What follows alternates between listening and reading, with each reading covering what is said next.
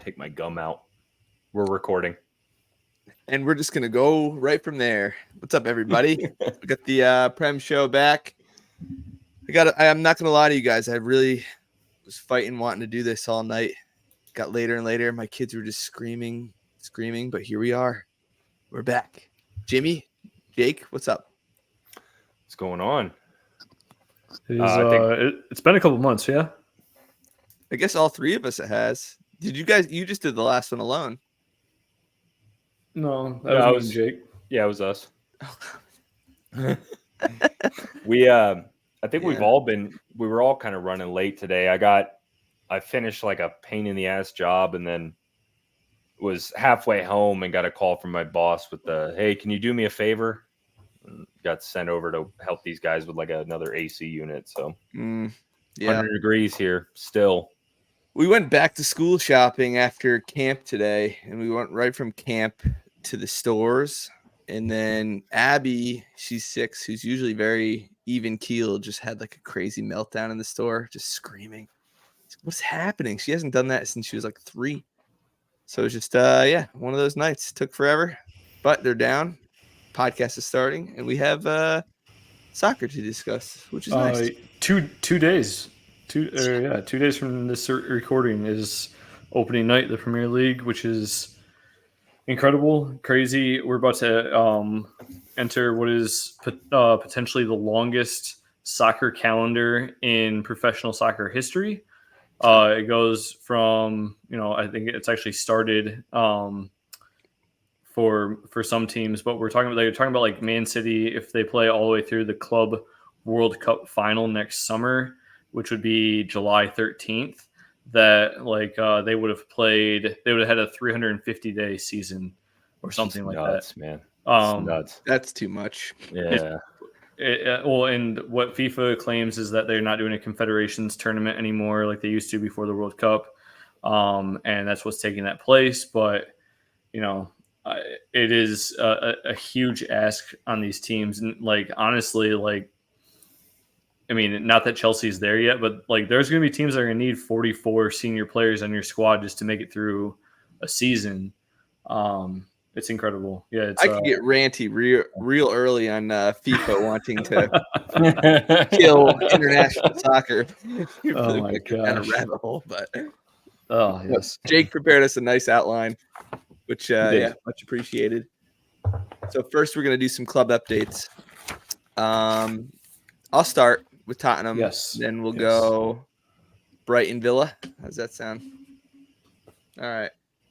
So, we have a WhatsApp group, me, Jake, and Jimmy. And I'm sorry, I'm not as active on WhatsApp because I don't get the notifications on my phone. So it's not like texting. But I haven't been paying attention to silly season. I think you guys know that. I kind of took a summer off from soccer in general.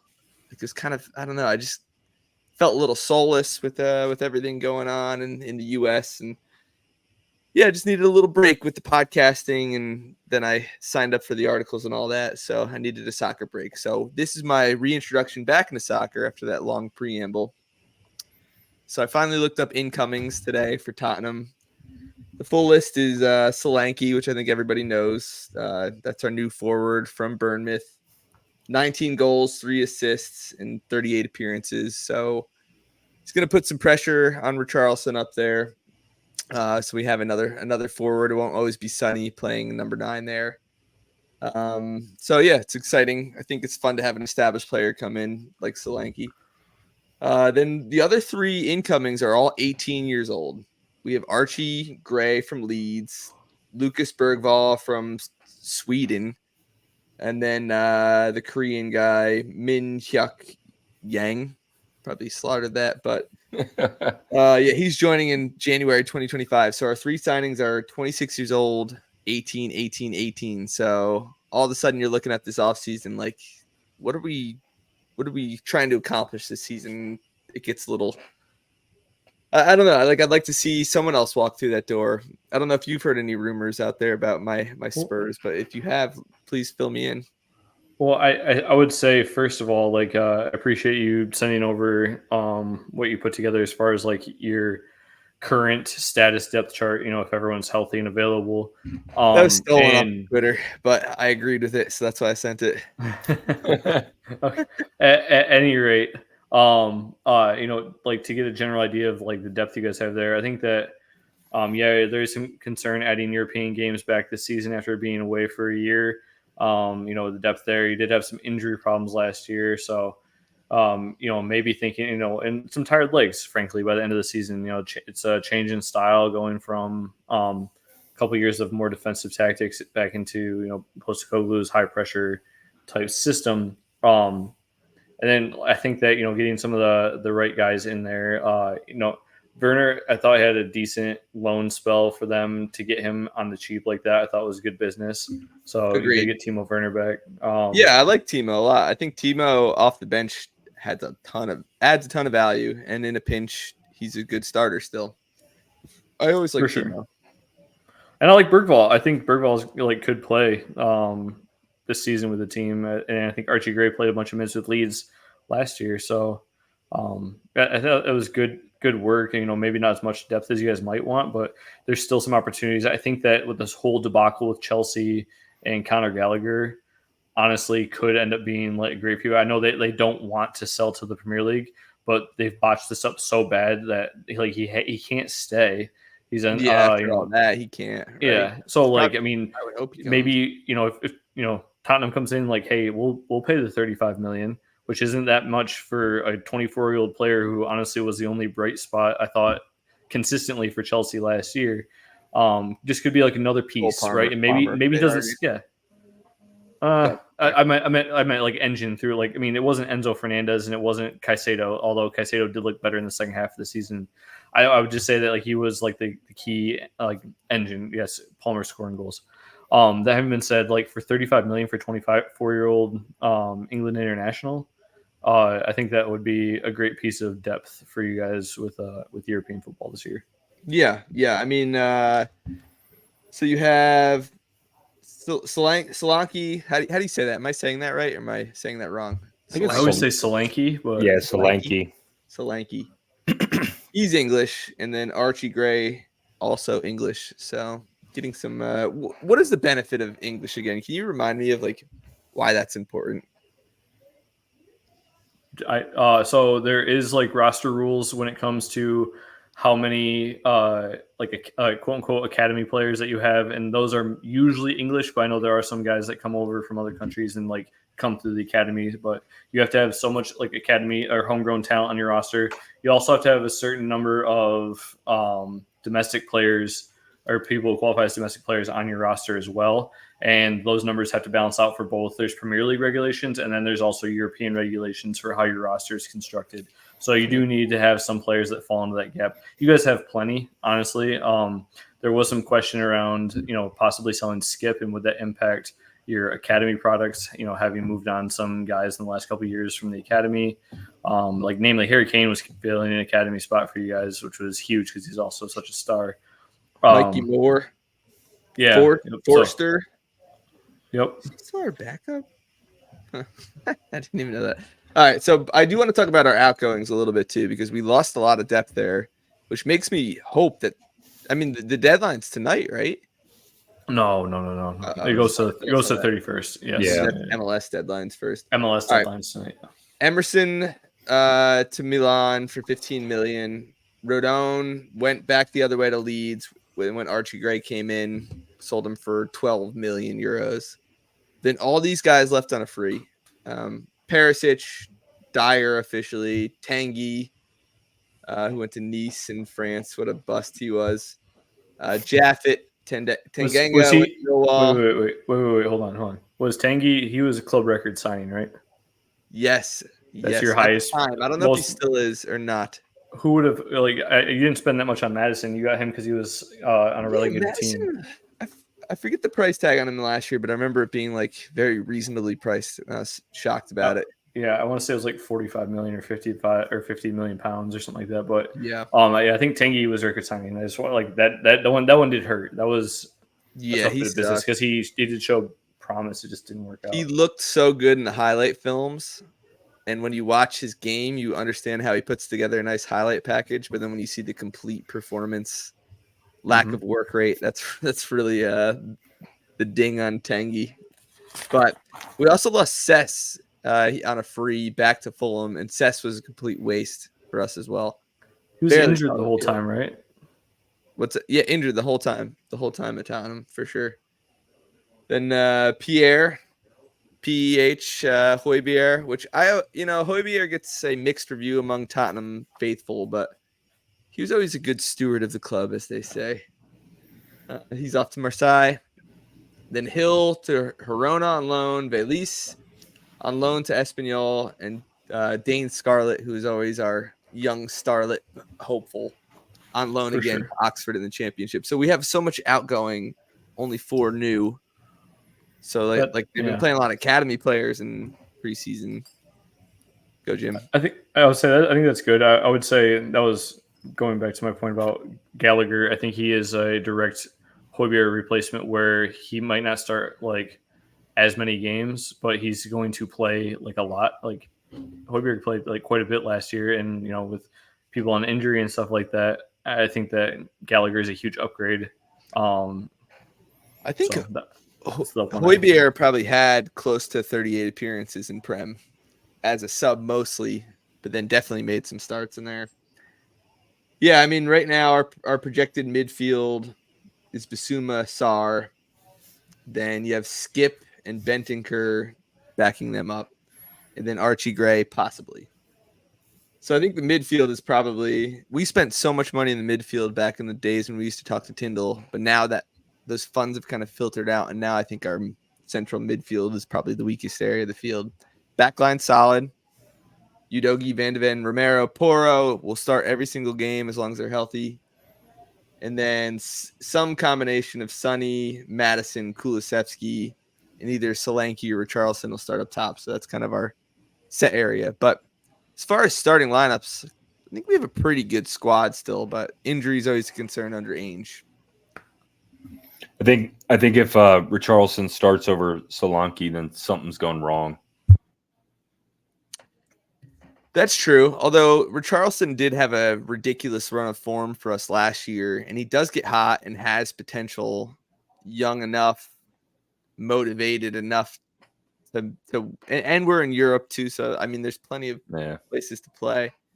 I love the Solanke signing. I thought that was extremely underrated. I mean, I guess you can't really call 66 million underrated, but I think that was extremely underrated. Like, because it's just a force multiplier because it pushes Sonny back out to the left where he's the best, and then it just makes you guys that much more lethal. Yeah, Sonny is not a number 9. He played there last year, but he's not. He's a much better winger. I mean, I guess the odd man out up top really is Brendan Johnson and Timo Werner as far as starting is concerned early in the season. Although the absolute man out is Manor Solomon. They're not going to try him Cup games. Cup games. True. I forgot to tell you this, Mike. At just like a Manor Solomon aside, real quick. At the Columbus Crew Villa preseason match I went to, there was a dude walking around in a Manor Solomon Tottenham shirt. Like that is so specific.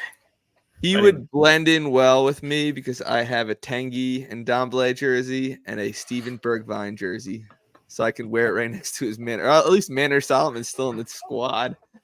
My only Villa kit right now is my Coutinho jersey, which is playing for Vasco da Gama. So yeah. All right. Well, I think that's enough Spurs. Unless you guys have any questions, I'll get back to them in the top 6 predictions. So sure. Brighton. Yes. All right. So I have thoroughly enjoyed this offseason. Brighton are undefeated in the preseason, which means we're more than likely going to win the league. We beat 2 Japanese teams, beat I think a championship club or QPR. We beat QPR by a goal, nice. And then we slaughtered Villarreal. So Fabi official today, Brahan Gruda from Mainz. attacking midfielder, can also play on the wing. Very, very excited about that. Young guy, dribbler, takes people on. Some of the rumors currently, Ferdi Kadioglu from Fenerbahce. He's Turkish. Apparently, he's agreed to personal terms with Brighton. He plays. He can either play as a left back. You guys probably sign all these guys for €2 million, and you're gonna turn around and sell them to Chelsea for about 100. We're spending this offseason. Like everyone's been $20 to $30 million that we've signed. Oh dang! Yeah, I didn't realize that. Still in the all for my top 6 predictions. Still in the positives, but for money wise, FFP wise, but I think they're probably going to gear up next summer, hopefully not hopefully because that'll suck, but they'll make some money next offseason, I think. But Matt O'Reilly, who I've seen Spurs have taken a look at, Chelsea, of course, because we have taken a look at him, fantastic midfielder for Celtic. Sorry, Jimmy. Really, really good player and would be the replacement for Pascal Gross. There's been rumors, and I'm not sure if he's signed anywhere yet. I know West Ham is interested in him, but Mats Hummels has apparently had a phone call with our manager, and there's a good chance he could come hang out on the South Coast. Who's your manager? Fabian, who you did this to fuck with me? Fabian Husler. Oh, I can't say it. He's German. Well, actually, you know what? I think he was born in fucking Texas. Oh shoot! Yeah. Oh. Huh. And he's a child. Yeah, he's 31 years old. Youngest Premier League manager of all time. Holy shit! That's amazing news. I liked all that. I'm glad I interjected, but continue. And then recent outgoing Buonanotte, who I was really, really fond of and wanted him to get a chance, but I think that right midfield spot is going to be pretty crowded. So he has gone to Leicester on loan with no option to buy, which is the part I like the most about that. I think that dude is going to be a star for us. Either that or make us a lot of money. And then just to round out the transfers that have gone through in the past month, everything that's come in, Malik Jr. Yakue, got him from IFK Göteborg. He was the cheapest one, 7.2 million.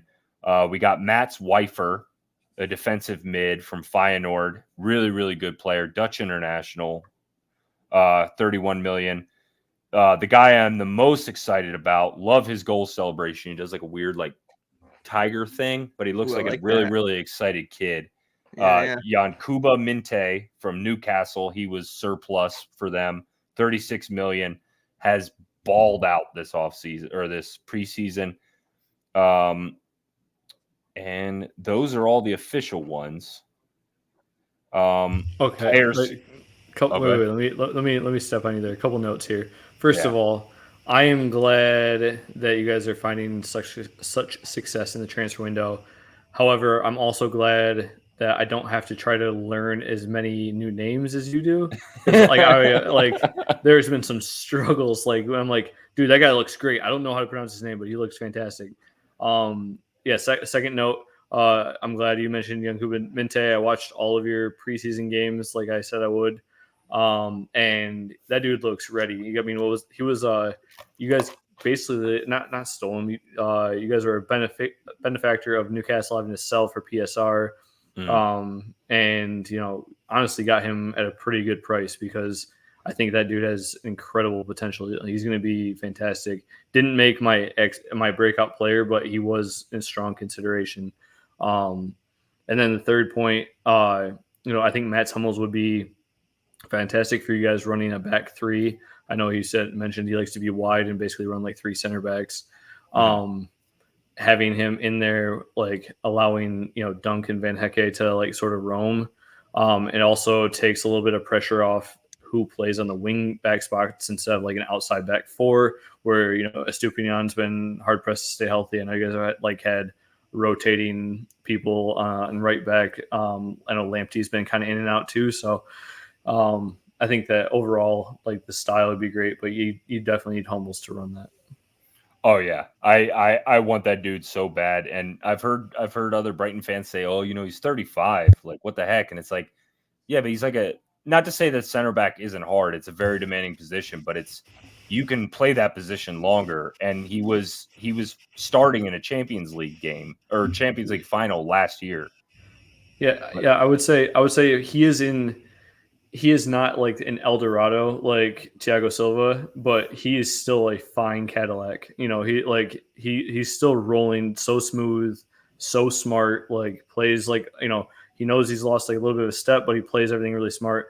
With the ball at his feet, he can still pick a pass, like he can dictate a game from that, like those back spots. And I think him partnered with like Dunk and even the way Van Hecke grew last year, I think that you guys would have three very strong center backs with the ball at their feet, which allows you guys to do even more of those positionless, like, runs and changes and stuff like that without losing some of that stuff. I think it would be perfect. But yeah, I think it'd be huge to what you guys can do this year.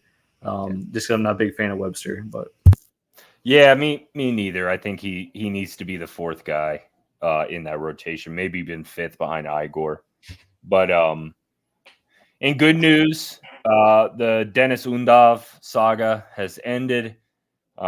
He's made a bunch of comments saying he didn't feel like he was taken care of while on loan. And if that's the case, then I totally get where he's coming from. Stuttgart got him onto the national team. Didn't play a game, but regardless, got 28 million for him, I believe, with add-ons.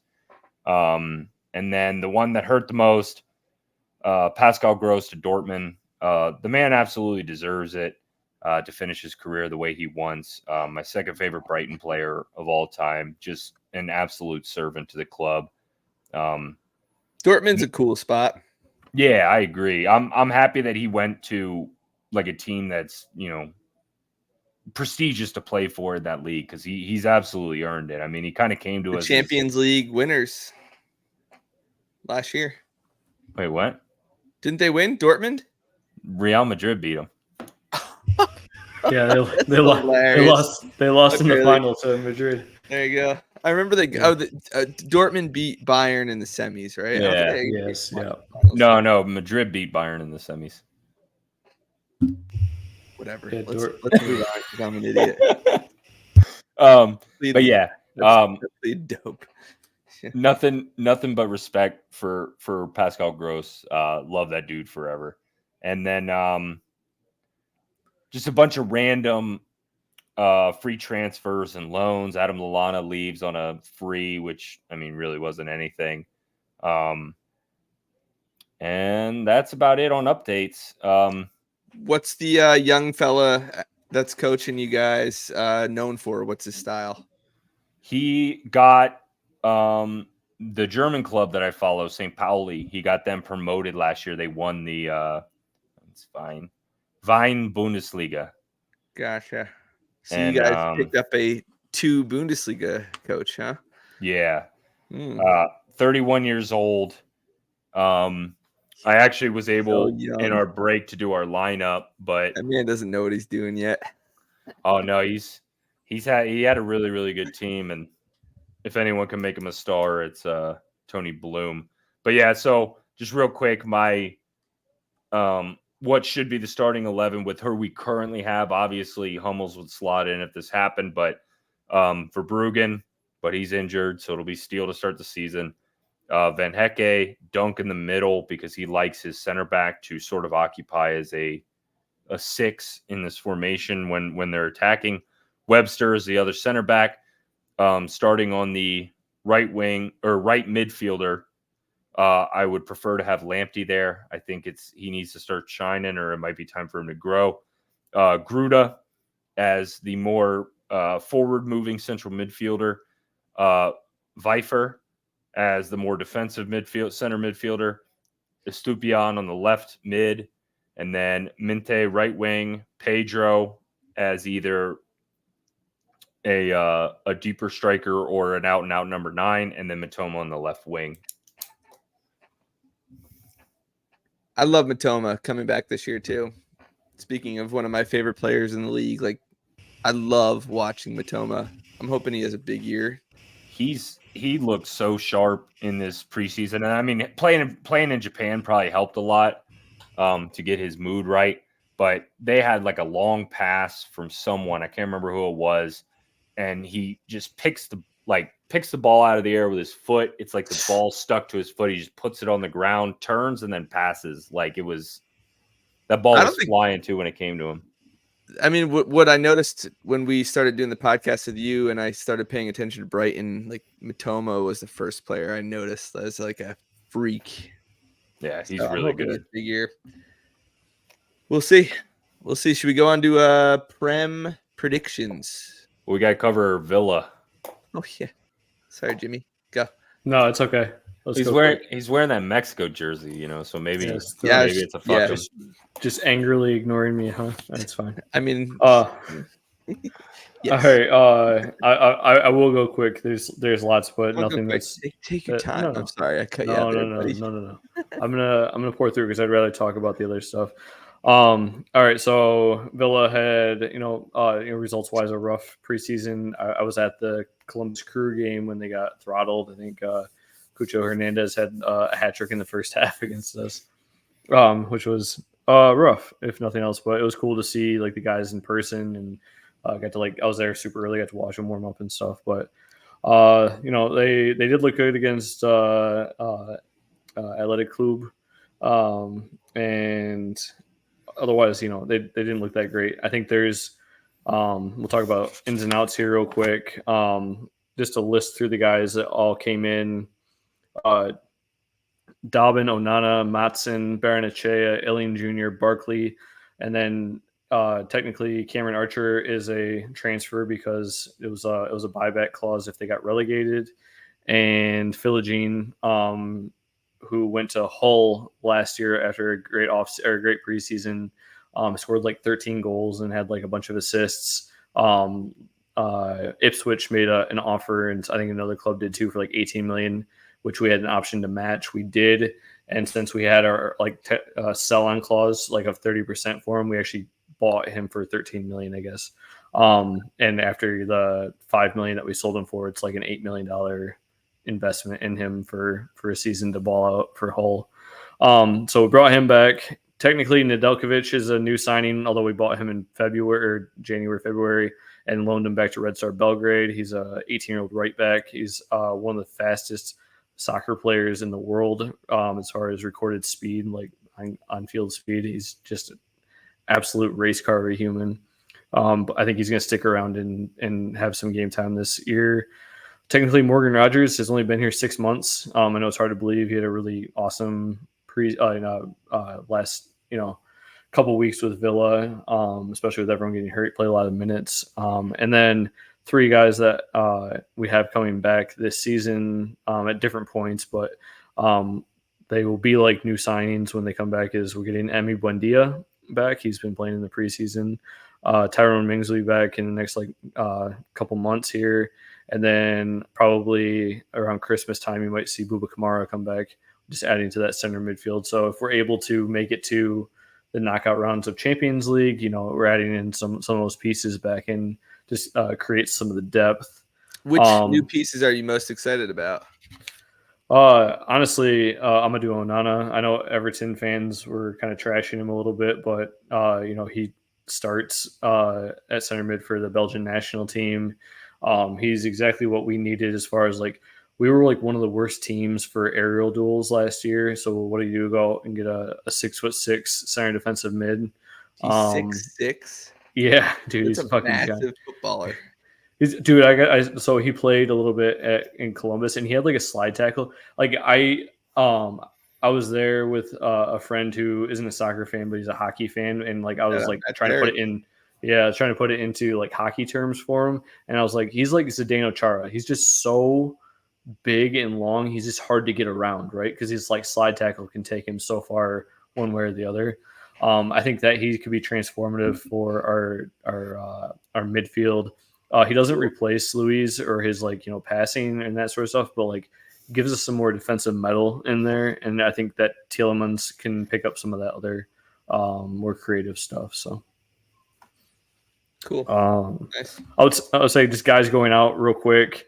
So Dobbin went right back out. He's on loan at West Brom.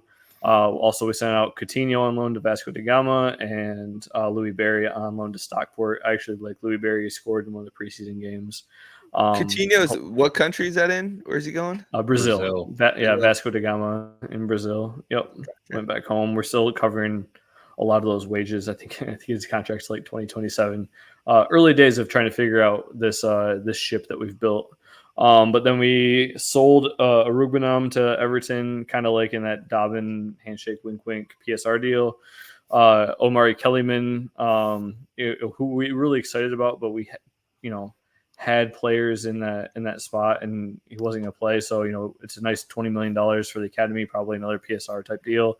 And then Dougie Luiz is the ultimate PSR deal. We had to make a sale before June 30th. So getting that money on the books was $50 million from Juventus as cash, and then technically there's some other stuff that turns around, gets us Barrenechea and Ilian Jr. Barrenechea being 23, Argentinian, played all season on loan at Frosinone in Serie A last year. Promising center defensive mid, and then Ilian Jr. is a 20-year-old English winger.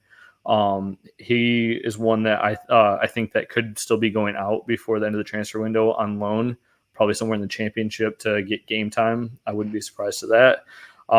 There's the other one that I'm really monitoring to see what we're gonna do here is Diego Carlos at center back. Had a terrible preseason and hasn't been on the roster since. He got a red card in the second or third preseason game. There's rumors about Fulham maybe sniffing around. He's got high wages. He's 31. I love the man. He's a tank of a human, but I wouldn't be sad to see him go and bring in. There's been rumor. I'm gonna slaughter his name. Is it's Lucharel Geertruide from Feyenoord. Yeah, it's Dutch, dude. It's a Brighton name for sure. But he's the names that Jake was spouting out earlier. Struggles, dude. Really unique last names. Oh, that is a very Dutch last name. Yeah, that's why I was kind of hoping nod, wink, wink at Steenstra over there to see if he can give me some Dutch help. But anyway, yes. Shout out Steenstra cookies. Steenstra cookies. At any rate, he's the one that we if Diego goes, that we might look to move to bring in. So outside of that, that's really been business for us. Depth chart, I sent it to you boys. Watkins is an instant starter. I think that you see Morgan Rogers move over to that role that Diaby was filling as a second striker, but kind of center attacking mid. Leave Bailey out there on the right wing. Jacob Ramsey coming back healthy is also a new signing for us this year. He only had a goal last year, but he's actually had a really good preseason. He's immediately my starter on left wing, followed by Philogene, who we bought in the offseason. Center mid, Tielemans and Onana, like we mentioned, but also we got Barkley in as some depth. He had a great year with Barkley. Yeah, I like that signing. Yeah, it's a little bit like a veteran signing. It was $5 million. It's a nice cheap one, but great for depth. A level head, a guy you can have play some cup games and stuff like that. Bouba Kamara will be back. Like I said, in a couple months, but when he comes back, we have a nice solid depth at center mid there as far as rotation. Even when you talk about, you can still drop a player like John McGinn into center mid too if he needs to, but he'll probably be playing more of a support role at forward. We still have Buendia that can play. All that sort of stuff. Yes, poached to USMNT. Wow, reporting it live. Doesn't it? It's reported live. He's on mute. He's so excited. Breaking news, Pochettino, USMNT manager. Is that official? It looks official. So says Men in Blazers. Dang, Men in Blazers reports it. Then I think it's true. That's about as close. That's about as close to a tier 1 source as we have in this country. I love it. Why not? Why not? Good for you. Good for you guys. Young players. Yeah. You got my Mexico national team jersey on right now. He's blooded. I'm I'm done. Villa's fine. It's going to be a long season. I would love to get into the knockout. I'd love to finish in the top 24 of the Champions League. I would like to maintain our top 4 finish for Champions League. If I just committed to my brother, who I've converted to a Villa fan. He's been in this offseason, and he asked about going to do a trip overseas to see a game, which I'm like, great, yeah, you're 30 with no kids. Go. Yeah, you can just go whenever. I was like, I said, I tell you what, my promise to him was if Villa qualify for the Champions League again next year for 25-26, that him and I would fly out for a 8-day trip where we fly in for like a home Villa match and then turn around and during the week fly to Europe and catch the European away match for Champions League and then fly home. Just do it for a couple of days. So I said I committed to him. I said if Villa, my prediction of Villa finishing top 4 has repercussions to the commitments that I've made to travel. So that's what I'm hoping for next year. Wow, that's big news. Really big news. Personally, not Pochettino to USMNT, but we've lost Jake completely. He's just Twitter. Jake's got comments. He wants to speak. Oh no!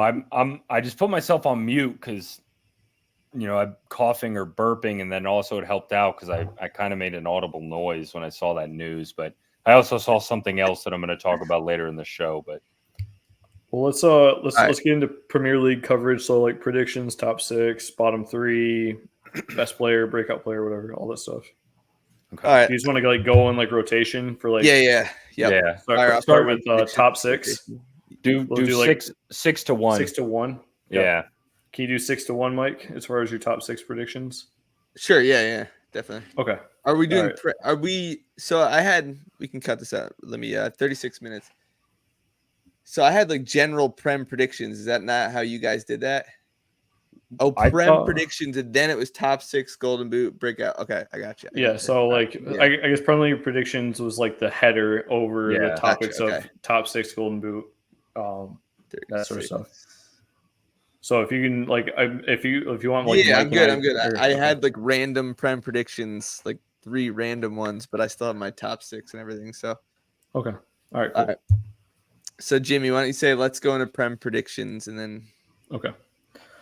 All right, boys, let's go into our Premier League predictions here. We're going to do our top 6. So we'll go in order here. We'll go myself, then Jake, then Mike from 6 to 1 as far as how we're going to see the top 6 finishing. So I will kick us off here at number 6. I have Tottenham Hotspurs. Sick bastard. All right, Jake, you're number 6. So my number 6 is going to be Liverpool. I still think they're a good team. Even I think the new manager is going to make things not difficult as he's a bad manager, but just difficult and everyone trying to get used to him. So I think it's a good team trying to do a new thing, and they'll finish 6th. I've got Mike, number 6. Yeah, right back at you, buddy. I got Villa. Number 6. All right. I hear you. Oh shit! Well, that makes it real awkward when I tell you my number 5 is Aston Villa. So I have Villa at number 5. I had Spurs at 6. I think that top 4 is my aim. If I'm being realistic, I think that it's going to be a huge ask. The Champions League changing to an 8-game group stage as opposed to 6 games, even though there's still extra games. I expect a deeper run. I expected, the whole format. You got to read the article I sent you guys. The whole format is completely different. You play 8 different teams, and it's like a table, like a points table, and the top, and all 36 teams are in this one table, and then you have you finish top 8 in points. Gets to automatically qualify for the round of 16, and then numbers 9 through 25 compete in a home and away playoff, I think. Yeah. For kind of awesome. To get into the round of 16, and then there's the round of 16 into your normal format to finish. So it's different how they get there. There's more games. This a lot of travel. That's so much travel. So I think Villa players. 5 is realistic. So that's why I'm 5. Gotcha. Yeah, makes a hell of a lot of sense. Jake? My number 5 is Newcastle. Mm. Hate the ownership. I love Isak as a player. I think Newcastle's gonna be really good this year. Yeah, I like Newcastle. I think that's a low key. They could compete, probably. I don't have them up near that high, but they could theoretically. My number 5 is Man United. You know, Ten Hag won at the end of last season in a cup final, and I think United's kind of feeling themselves, which will only propel them into Europa League at 5. Anthony for Ballon d'Or. Golden Boot. Don't spoil my Golden Boot prediction. Jeez. Okay. Well, number 4 for me is painful to say, but I got the Chelsea Blues. And at number 4, I don't want to say it. Like I think that their style could be more effective this year. That's nothing that's not a knock against Poach, your new coach the United States. I'm actually kind of glad it worked out for you guys this way. I just think that with the players they have there, like the style change could be more impactful on the current Premier League, and I think that you see them start to put some of this talent together. Another 10 more players to roll the dice at. I think that they have the depth and just the ability to rotate numbers and get through injuries. That's going to be it's going to keep their staying power better than a lot of teams this year. So unfortunate and true, yes, but F them. Yes, 100%. Fuck Chelsea. Chelsea. Yes. I don't have them in my top 6. Just me neither. Maybe it's out of bias. Spite phobe. Yeah. Spite. It was out of spite. I'm gonna make a prediction now and just say that they are gonna completely fucking implode. And maybe it's just wishful thinking, but that would just be so much fun to watch. But my number 4 team returning to the Champions League, Tottenham Hotspur. I talked about it with the Solanke thing. I don't know what it is about that deal, but just someone who scores 19 goals for Bournemouth, like that, and then pushing Son out to the left wing again. I really like Ange. I like Spurs. I think they finished 4th. Appreciate that. Yeah. We'll take 4th. I am writing these down so that we can reflect back on them in one collective navel gazing session at the end of the season. But go on. So 4 for me, I have Newcastle for all the same reasons that Jake have. They have a lot of money. They have a good young team. They scare me. Newcastle, number 4. Number 4, okay.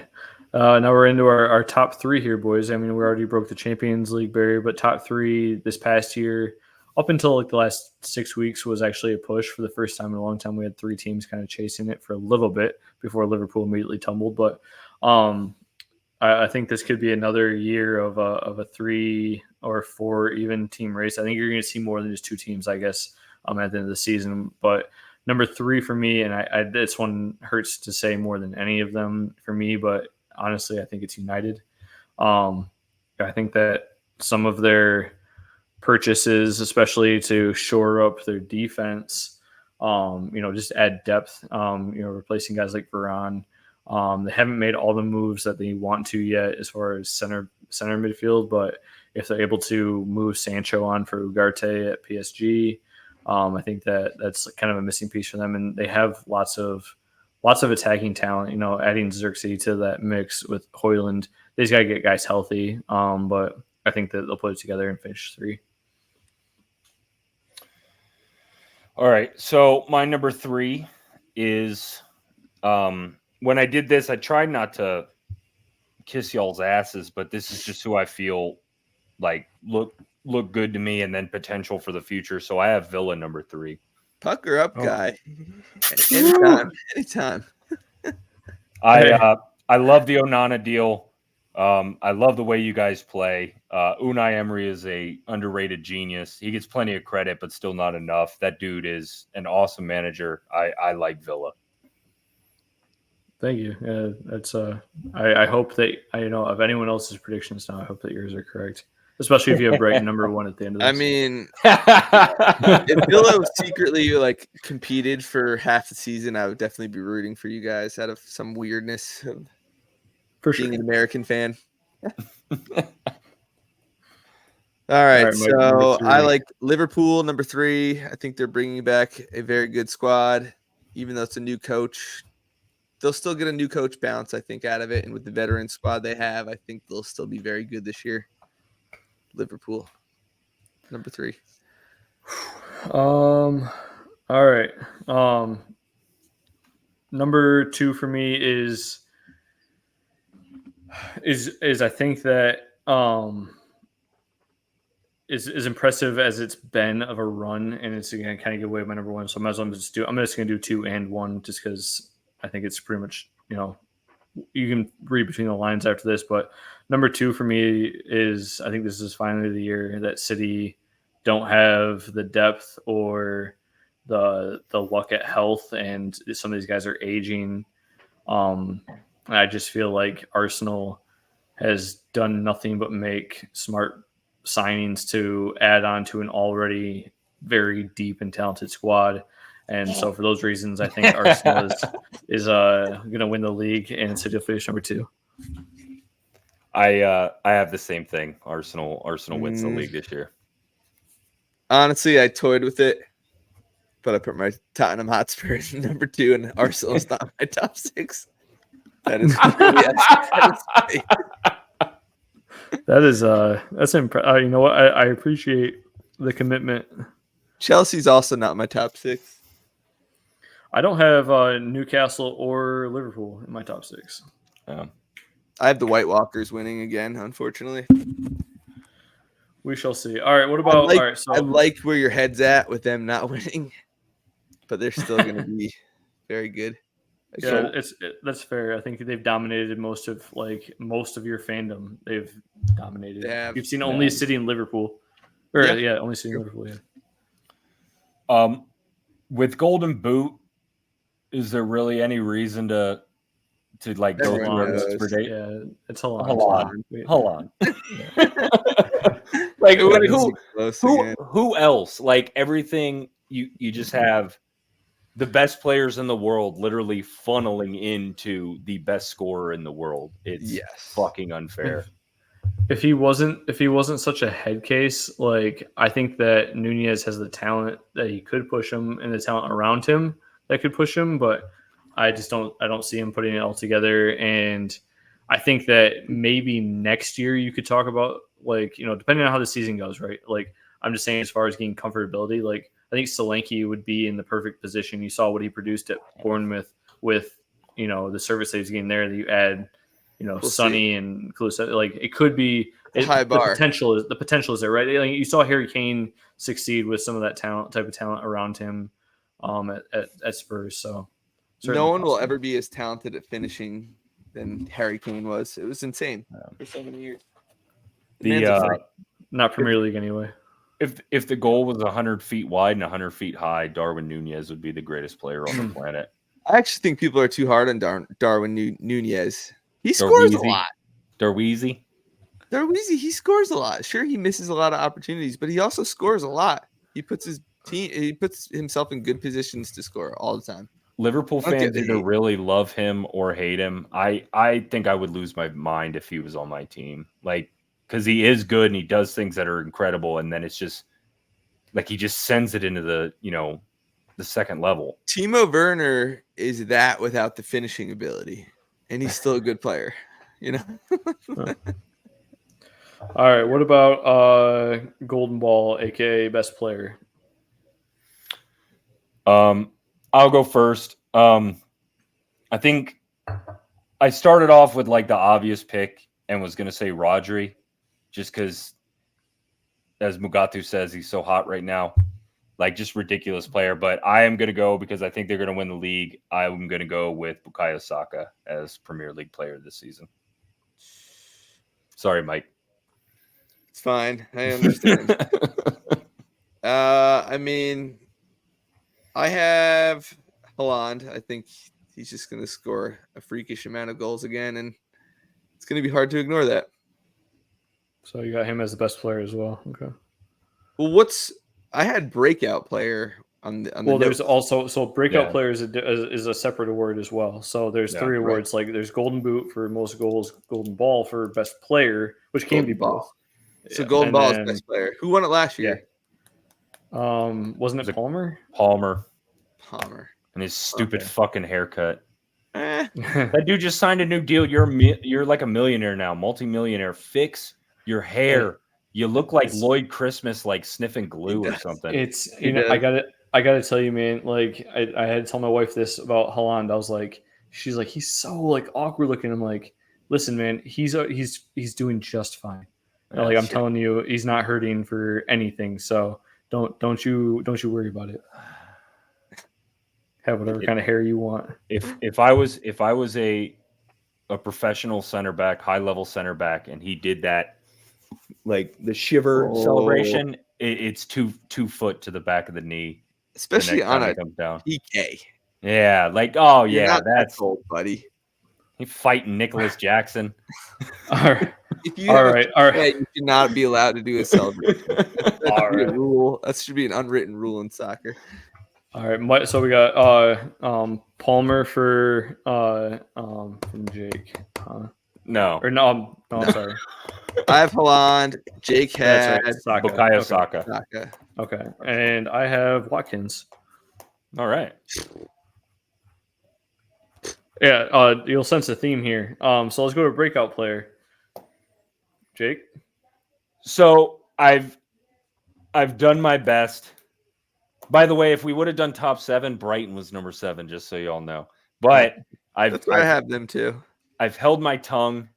I've tried to I've tried to not be biased, but João Pedro is going to be the breakout player of the season. That dude is going to fucking go off this season, and we're probably going to get a shit ton of money for him. That dude, if he stays healthy and with this coach, like the coach seems to really, really want him on the field, that dude's a baller. That dude will be on the Brazilian national team. He probably, in my opinion, should have gone to this World Cup at least as a bench player. I think he is super, super, super talented, and he's going to be the Premier League breakout player of the year. And he was already in the top 6 of the Young Player of the Year nominees. I like it. I hope he does it. I really do. You guys can buy him. Chelsea will be on that. Yeah, there you go. I wish we would, but we don't have Todd's pockets. If we finish 3rd next season, Jake, then we might actually be like, oh, you know what? I'd love another player underneath Watkins. You know, he'll be 29 at that point. So seems like a good opportunity to strike some of that money. Mike, who you got for your breakout player? I did some internet sleuthing on this one, and I like James McAfee for City for a few reasons. So he was on Sheffield United. McAtee. James McAtee. My handwriting's awful. He played for Sheffield last year. Played well. He kind of plays in the KDB role, which is odd for me to say that he would be a breakout. But I think KDB is getting old, so there's a chance he gets hurt, and then maybe you see that candidate breakout in that midfield. But what do I know? I know nothing, Johnson. I know nothing either. I'm also with Jake here on a homer pick. I have Morgan Rogers. He looked incredible. I don't even know who the fuck that is. Yeah, he looked incredible for us when we bought him from Middlesbrough in January this year. He played second half of the year with us. He's a big kid. He's 21. He's 6'2", lots of power. Hit it with both feet. Like I said, he's going to play probably primarily underneath Ollie Watkins, so lots of attacking opportunities, and he's a great passer. So there's potential there for him to be really, really special. That's why I took him in the fantasy draft this year. Well, there you have it. Right. Bottom three last ones. Yes. Yeah. Yep. Mike, do you want to start us on the bottom 3? Yeah, so I like 3-2-1. 3-2-1. Yes. So first to get relegated, Ipswich. I don't think they have enough firepower to stay in the Prem. Then I think you? Yeah, so let's just rotate like we did the top six. So yep. it shouldn't take that long. Keep it short. The first one for me I have is Everton. I don't think that they have enough left in the tank or on the roster to keep it together, stay up. Sean Dyche will do his best as he fucking bar brawls with every Premier League team and on his way down. You know, like Everton will go down, but every team they play will have a fucking bloody nose. You know, so but yeah, I just don't think they have enough this year. I think they're any chance at a Dele Alli redemption year. You know what, just for the sake of him as a human being, I hope he just finds happiness, whether it's on a soccer field or just walking down the street. So if he does have soccer, great. I would love that story. But if he never plays again, and he's happy, then I'm okay with that too. So good answer. Jake? Crystal Palace. Oh my god! So Spidey! Oh my gosh! No, so my first one to go down is this is all based on the rumors I've been reading about. Leicester apparently told the Premier League to go fuck themselves, that they don't have to show them certain things. At least that's what it seemed like I was reading. Leicester could start the season off with double-digit deduction. So if that is the case, Leicester would be my first team down. Oh, man. Fair. Yeah, that's right. I've kind of heard that.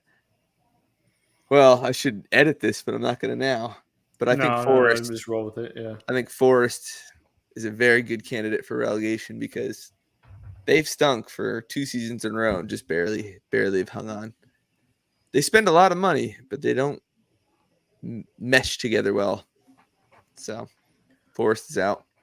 I think that's fair. It's still another year of your old coach, right, Mike? The Portuguese coach, Espirito Santos. Right? That's right. I forgot he went there.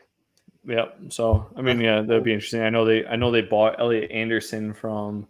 He went to Saudi first, right? He did for like 6 months. Yeah. No, that's fair. Number 2 for me is Ipswich. I think they're going to be fun to watch, but I think they're at the same level as like a Burnley or I'd say Burnley or Luton Town, as far as they're going to fight and they're going to be annoying or a problem for some teams, but largely they just don't have enough to stay up. So unfortunately, the Tractor Boys going right back down. Tractor Boys, that's their nickname? Yep.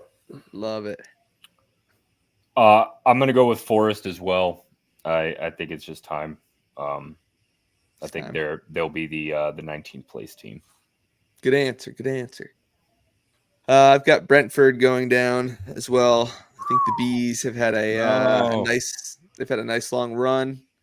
I think it's time for the Bees to buzz it back down to English Championship football. Even if Tony stays the whole season with them, you think they go down? Yeah, I mean, I could see a Tony regression year because he'll be disgruntled, but maybe that's wrong. He said they're staying up. He's saying they're staying. Malpe still on the squad? No, he's back at Everton. No, he's going. He's going down with Everton, but no way. My boy won't let that happen. He's perfect for the championship. Neil Malpe. All right. Last one for me. Nothing extra needed here. Nottingham Forest is my dead last team. I think they're going down. Goodbye, trees. All right. We ranting? Oh wait, my final team to go down is Crystal Palace. No, I think Bournemouth goes down. It's a good shout too. That really is a good shout. Losing Slanky could do that for sure. Yeah, I think Ipswich is gonna just do some crazy ass shit because their coach is one of the new geniuses of the game. I guess hot young man genius. I think they survive at 17th by like a point or two, and then he immediately gets hired to like manage fucking Chelsea or something. They just bought Maresca. Hopefully he's not at Spurs. They had just bought Graham Potter. They had just bought Poch. Did you see that they extended Cole Palmer's already 7-year long contract? Cole Palmer has a contract with Chelsea until 2033. That's insane. He has a 29 though, right? 9-year contract. Do you not know how football fucking works? There are guys that have long careers, I grant you that, but not guys that have a window that's usually 9 years long. Like if you have a good 5-year window, you've had a good fucking, and you last for 10 years. Better play him, man. That's what the manager's being told. Like you have to play this kid. Would you see? Yeah. Did you see who they're gonna extend next? Jackson. Oh boy, Chelsea. I just hope they continue to be the most idiotic, stupid club in the entire world. I hate that pick for me now that they're gonna be top 4, but they'll fuck around. They've rolled so much at this that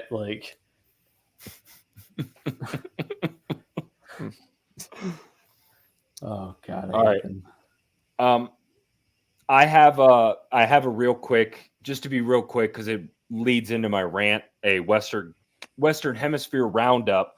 Yeah, that's right. Yeah. Juarez went on a miniature tear. They've been playing like shit in Liga MX. They went on a little bit of a tear, beat FC Dallas 2-0 and St. Louis on penalties after being tied 1-1 in the Nations Cup or Leagues Cup, the one they invented for Messi, but ended up losing to Colorado. Dare to bring up Leagues Cup on this podcast, buddy?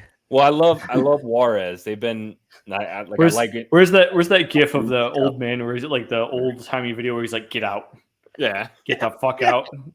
Don't you dare mention that tournament ever to me again. So I hate it. Juarez is doing their part to beat up on MLS. They got fucked in the by a handball VAR call. Liga MX is playing only away games in that tournament, which is absurd. It's cowardice. There isn't, like, America had a little bit of a downturn, but they're hot, red hot right now. There isn't a team. I don't care if Messi's on Inter Miami. There isn't a team in MLS that can go into Estadio Azteca and beat America. There just isn't. But and then Locomotive, 2 games undefeated streak, no big deal. It's got a 0-0 fucking draw because our goalkeeper is like out of his mind. The guy who started for Jamaica, Jamali Waite, in Copa America, and we got a 2-0 win against the only team worse than us in the game I deemed the Derby de las Nalgas, which is Derby of the booty cheeks. So that leads me into my rant.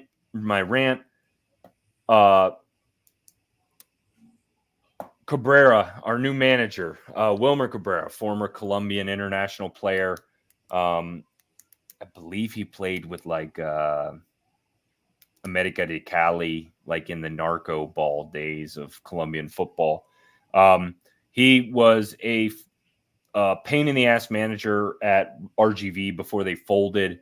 It always sucked going and playing them. I had high hopes when we fired our manager and they brought in Wilmer Cabrera, but some of the guys he has brought in have been decent players. Coronado scored a goal for us this past Saturday.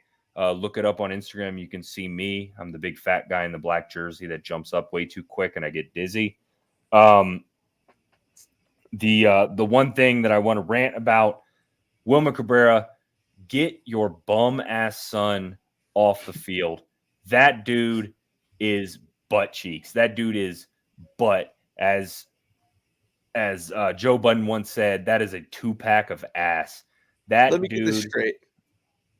There's a USL Championship father. Yes. Playing his son on a roster. Signed him to a 25-day contract, and he's currently starting right now against Ballsack United. What? He Lisa behavior out of USL there. the dude, like, and then when they signed him, the most embarrassing part of the signing was he has never, ever been known during his career as anything other than Wilmer Cabrera Jr. That's all he's been known as, Wilmer Cabrera Jr. When Locomotive signed him, they signed Andy Cabrera. Huh. And then you had to scroll down, and then you saw that, oh, this is Wilmer's kid.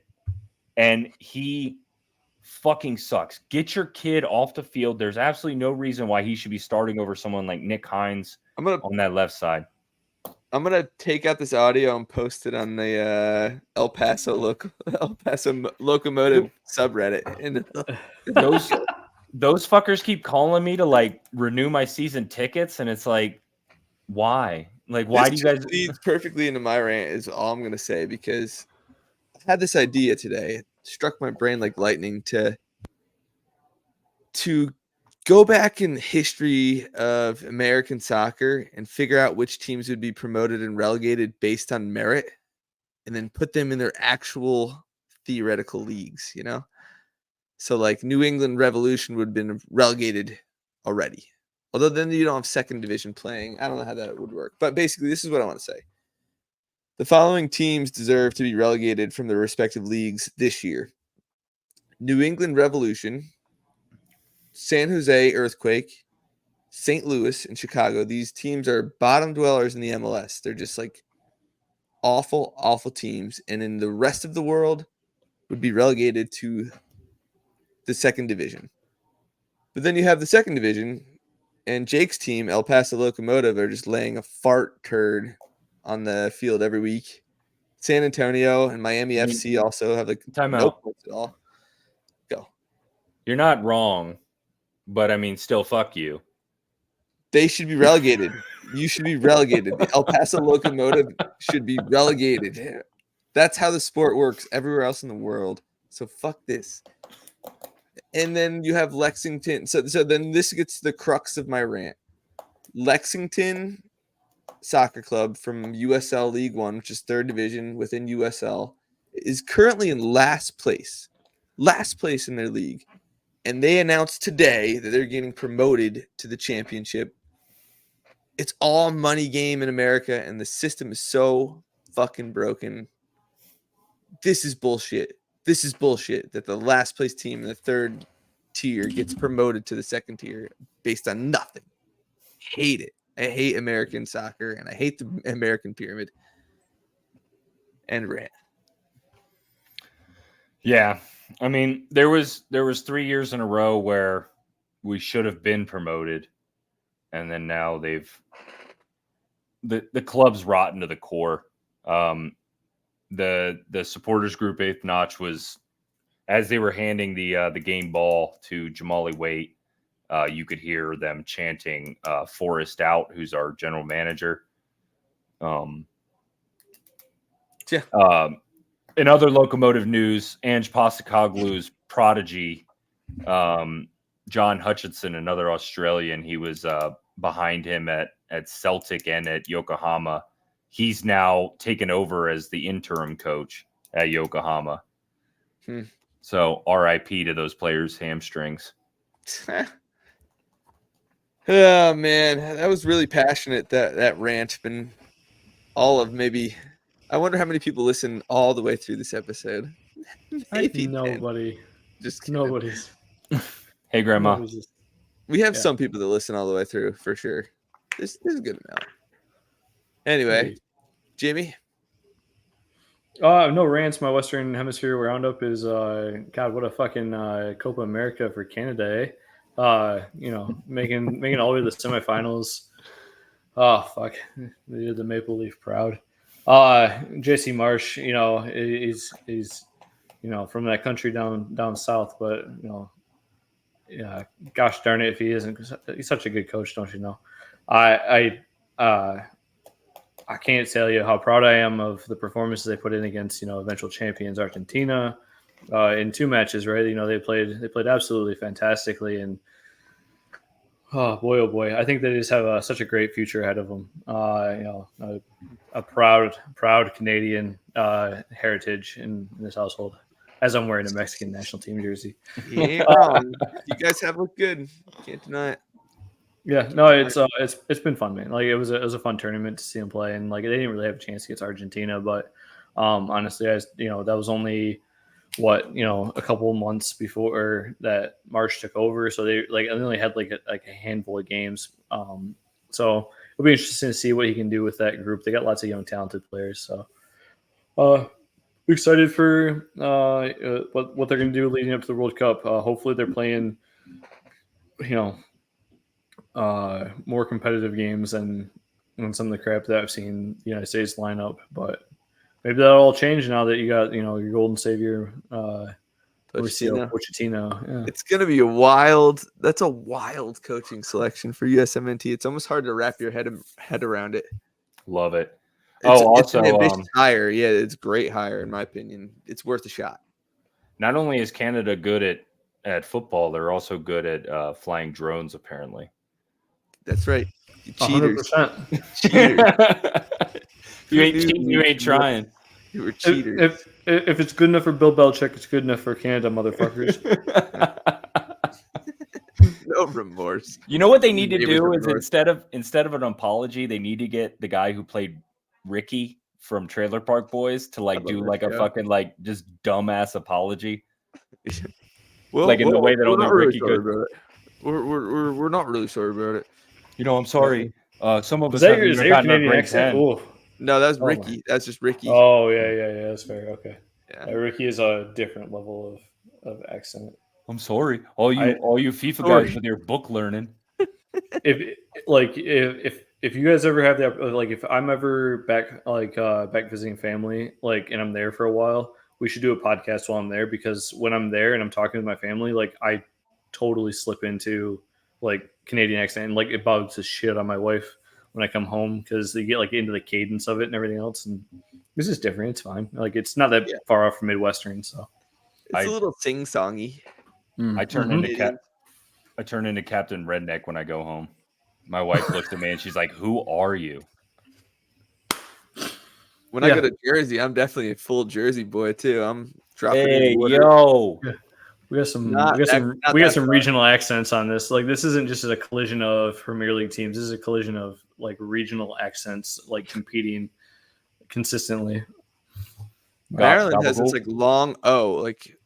I used to call this my phone. Now it's my phone. Phone. That's a very specific one. That one sticks out the most, because there's gonna be one guy from Maryland that's listening at this point, an hour and 12 minutes in, and he's gonna be like, "Fuck, dude, I feel attacked." They know it. Do I sound like that? Oh, they know. There's a whole Baltimore accent. It's really crazy. That's what I was gonna bring up, where they were say Aaron Bursch, and Iron Earn, and he's like Earn. Wait, do we fucking talk like that? Yeah, it's four different words that sound exactly the same.